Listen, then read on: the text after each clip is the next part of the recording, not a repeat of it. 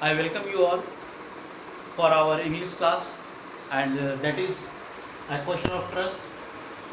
We have continued third parts, and now this is fourth part, fourth volume of a question of trust. Before it, you have learned that how Horace Delby entered in that house in a bungalow for great robbery, and he was fond of getting the money, especially for rare hobby and reading rare books which were very sumptuous.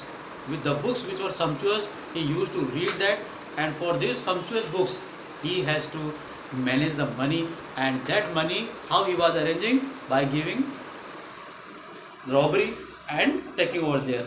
Now he is over there, and for that he cut the wire of telephone also, so that nobody can inform over there, and he could be safe over there, and nobody would telephone to police also.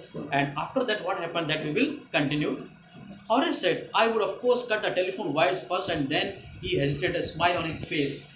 I would make sure that you could do nothing for some time. That conversation is going between these two. Who? That lady over here who came from upstairs. A few hours would be enough. She looked at him seriously. You would hurt me? It would be nice if you would forget you ever saw me and let me go. That sentence is told by Horace Denby, and he is requesting to that lady. Okay, now you have seen me, no problem, it doesn't matter. But now you please let me allow to go from here, and I will not tell anything else. And you also don't tell to anyone. Otherwise, police will capture me. The voice was suddenly sharp. Why should I? You were going to rob me. If I let you go, you will only rob someone else. And that lady who came from upstairs, she is telling, if I will make you free, then it will be unsafe for society. And you are robber, and you will steal the property or the jewelry or whatever cash of whole society. So how I can leave you? Society must be protected from men like you, and she don't want to let to go that fellow, a robber. Horace smiled. I am not a man who threatens society. I steal only from those who have lot of money. And as usually happens, he is giving his suggestions and claims. He says, I am not stealing these things for hobby. It's not my hobby to steal. He says, I am stealing for hobby, to fulfill my hobby, and that hobby of reading rare books, and that I manage the money from this robbery, and that also once or twice a year, not daily. So he is trying to prove that right from the heart he is not thief.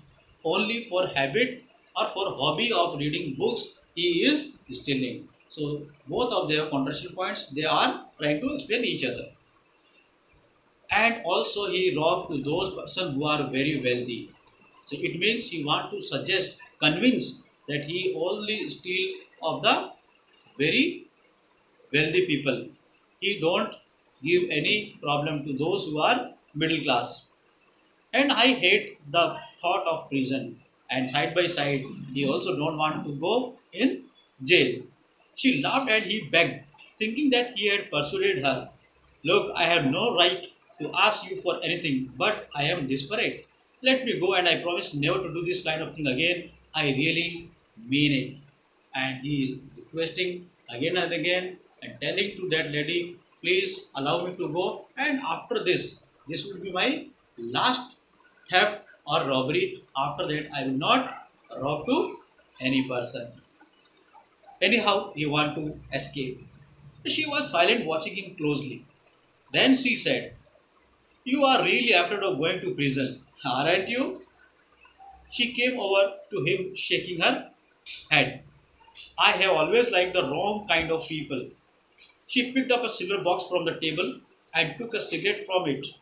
Horace, eager to please her, and seeing that she might help him, took off his gloves and gave her his cigarette lighter. Now, see over here, very important thing. The gloves which he wore to open that safe and all things, he removed and hesitantly or in a hurriedly he is offering that cigarette from there and lighter to her. At this time, you have to remember all that one gloves which were borne in hand that has been removed, which was his real saver. You will let me go. He held the lighter towards her. Yes, but only if you will do something for me. Anything you say? Before we left for London, I promised my husband to take my jewels to our bank. Now that lady is again trying to say that my husband told me and I have to get all these jewels and that is why only I am doing. Otherwise, I would not have disturbed you. So please let me get my jewels back to bank. But I left them here in the safe and I kept in the safe over here. I want to wear them to party tonight. And she is going to attend the party. And for party as a lady, she want to adore herself. And that is why she required, as she is telling. You have forgotten the numbers to open the safe, haven't you? And now Horace is smiling. He also make a prank. And he is asking that if you are honor, how it is possible that you cannot open the safe? That lady says, yeah, but anyhow, I forgot to open the safe. I forgot the numbers. And that's why I wanted to have your help that you can open the safe. That's much only help I required. Yes, replied the young lady. Just leave it to me and you will have them within an hour, but I will have to break your safe. And he says, without breaking the safe, it's not possible to give you jewelry. But don't worry about that. My husband won't be here for a month. Now, when safe is going to break, there is chances of hustle, hue and cry in the family that how it has broken and who has broken.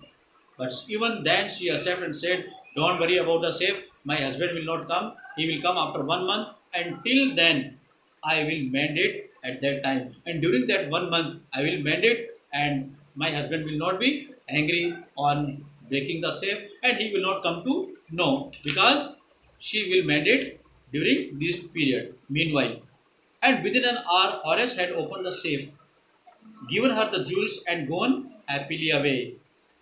For 2 days he kept his promise to the kind young lady. On the morning of third day, however, he thought of the books he wanted, and now he was trying for the books which he wanted.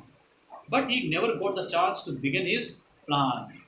By noon, a policeman had arrested him, and automatically, suddenly, when he was going the plan, police arrested him for the jewel robbery at Shotover Grange. His fingerprints were he had opened the safe without gloves. Now you see, he took many safety so that he couldn't be caught hold by policemen. For that he used gloves, but even now he forgot the gloves, and without gloves he opened that and were all over the room. So that fingerprints that was all over in the room, and no one believed him when he said that the wife of the owner of the house had asked him to open the safe of her, and she whatever told that also remind over here. The wife herself, a grey-haired, sharp-tongued woman of 60, and now there was 60 a lady, said that the story was nonsense, and she says everything what he was telling that is nonsense, useless. Horace is now the assistant librarian in the prison, and as he captured by them, where he put in the jail, but in the jail also assistant librarian where he liked the books and fortunately he is in the books in the prison assistant librarian. He often thinks of the charming, clever young lady who was in the same profession as he was and who tricked him.